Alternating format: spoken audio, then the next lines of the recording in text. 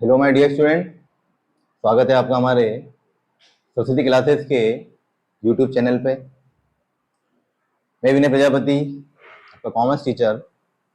पिछले वीडियो में 11th class के अकाउंट में मैंने आपको समझाया था अकाउंटिंग इक्वेशन।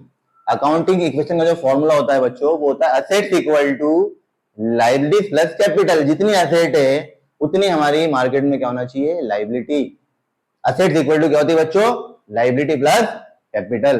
अकाउंटिंग इक्वेशन का जो सवाल मैंने कराया था उसमें असेट और लायबिलिटी दोनों साइड का टोटल बच्चों हमेशा क्या आएगा, इक्वल आएगा। और मैंने आपको अकाउंट के 3 नियम जो बताए थे, debit the receiver, credit the giver, debit what comes in, credit what goes out, debit all expense and loss, credit all income and gain. पहला अकाउंट रियल अकाउंट, दूसरा अकाउंट पर्सनल अकाउंट, और तीसरा जो अकाउंट है वो होता है बच्चों नॉमिनल अकाउंट। उसी के अंदर अगला जो टॉपिक मैं बता रहा हूं आज बच्चों, जर्नल एंट्री।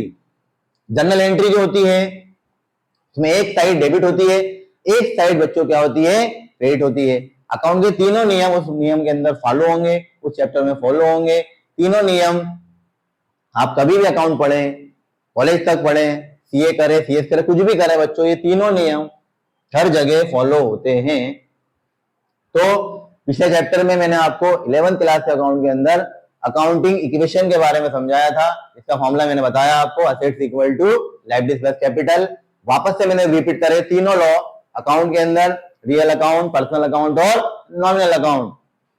अकाउंट का जो दूसरा चैप्टर है, चैप्टर जर्नल, सबसे मोस्ट इंपॉर्टेंट चैप्टर होता है journal entries. Journal entries 11th class, चाहे वो एमपी बोर्ड हो चाहे वो सीबीएसई बोर्ड हो, दोनों के लिए important chapter journal entries. Journal entry करते हैं हम। तो पहला हमने जो क्वेश्चन लिखा है, पहली एंट्री जो हमने लिखी है बच्चों, वो क्या लिखी है हमने, वो लिखी है हमने business started with cash.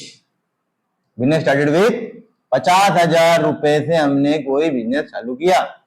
Second number की एंट्री अगर मैंने लिखी है तो लिखी है गुड्स परचेज, माल खरीदा। क्या लिखा बच्चों, गुड्स परचेज। यहां लिख दिया मैंने गुड्स परचेज फॉर कैश, 2,000 रुपए का माल नगद खरीदा। एक एंट्री बना लेता हूं मैं, goods purchase from Aman, goods purchase from Aman, 500 रुपए का माल खरीदा हमने उधारी में। अब चौथे नंबर की एंट्री में ले लेता हूं बच्चों, goods sold for cash, good sold for cash, 400 रुपए का माल नगद बेचा। और एक एंट्री आखिरी ले लेते हैं हम बच्चों, उधारी entry, good sold to Rahul, Rahul को हमने उधारी माल बेचा कितने का बच्चों, 500 रुपए का। इन सारी एंट्रियों को हमें जर्नल एंट्री के फॉर्मेट में करना है।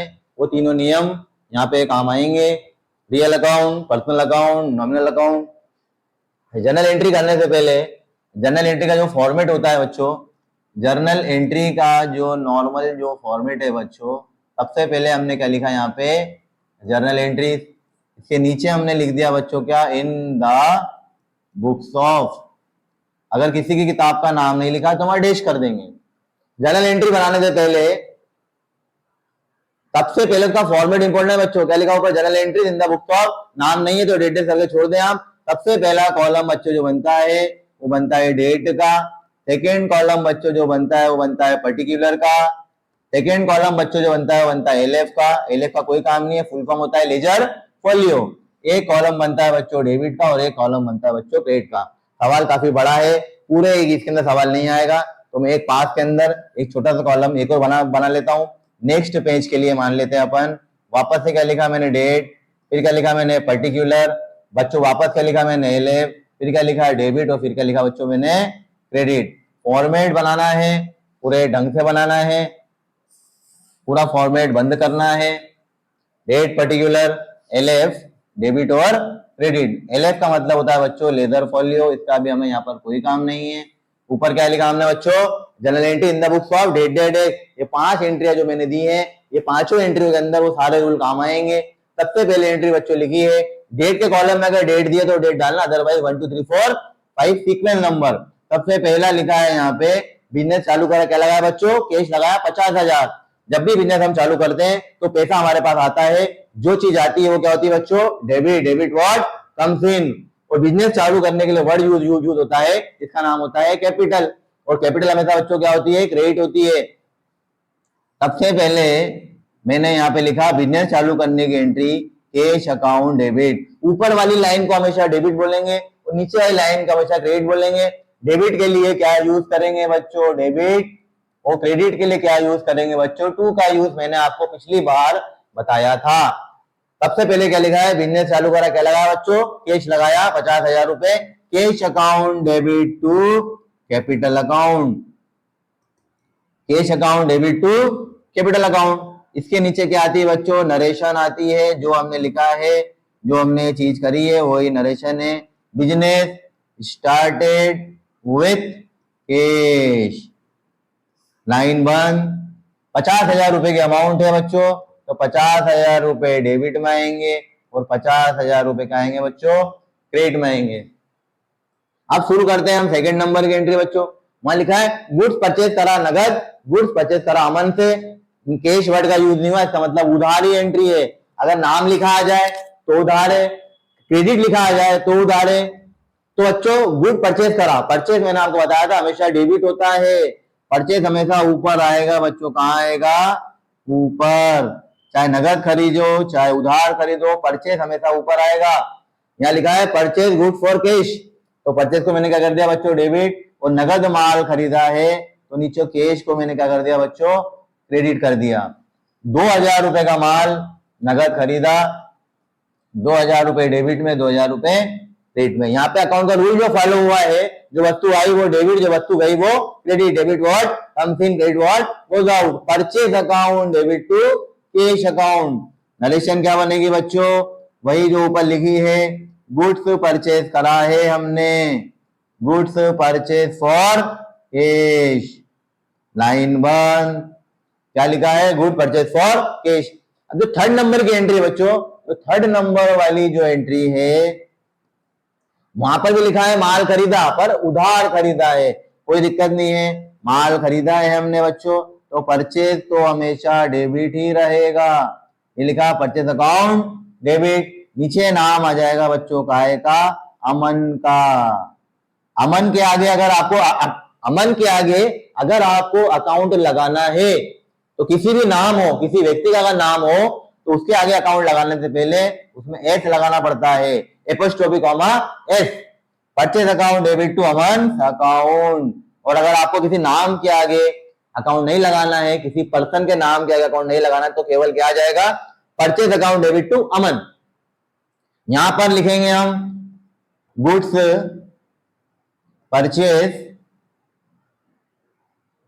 फ्रॉम अमन।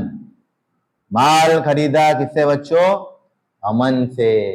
ऊपर लिखा है 500 रुपए का माल खरीदा है, 500 रुपए डेबिट में और 500 रुपए क्रेडिट में।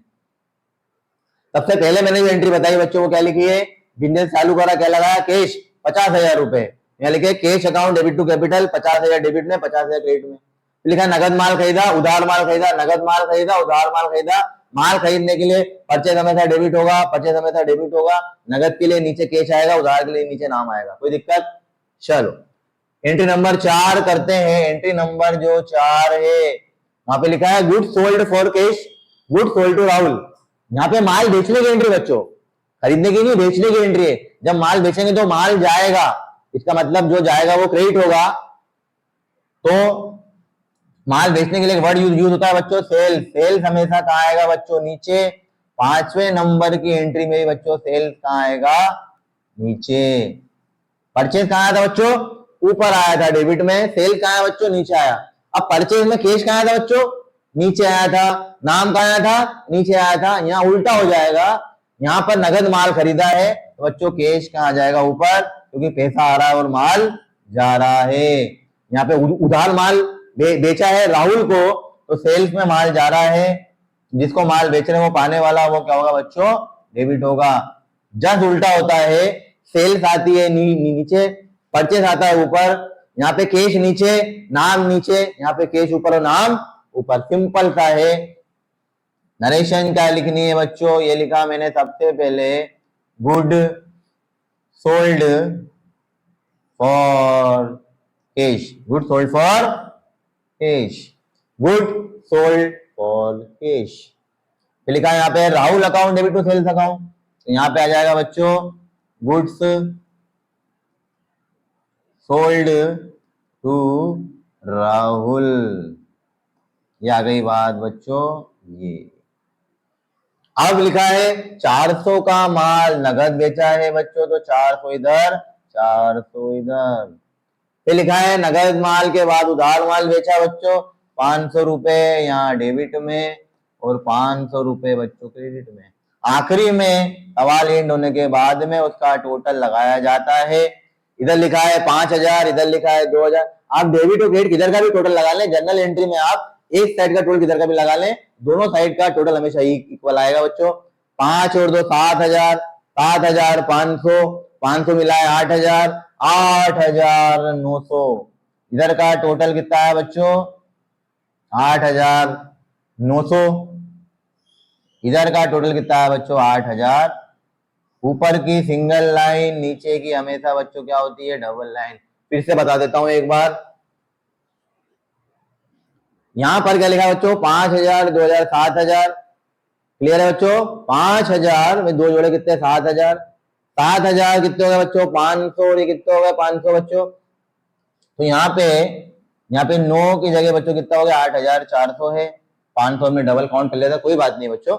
5000 में दो जोड़े कितने, 7000, 7500, 8000, 8400। आखिरी का टोटल कितना लगा बच्चों, 8400 रुपए। डेबिट और क्रेडिट का हमेशा टोटल क्या आएगा बच्चों, बराबर आएगा। वीडियो के अंत में चैनल को लाइक करें, सब्सक्राइब करें। Bye bye students.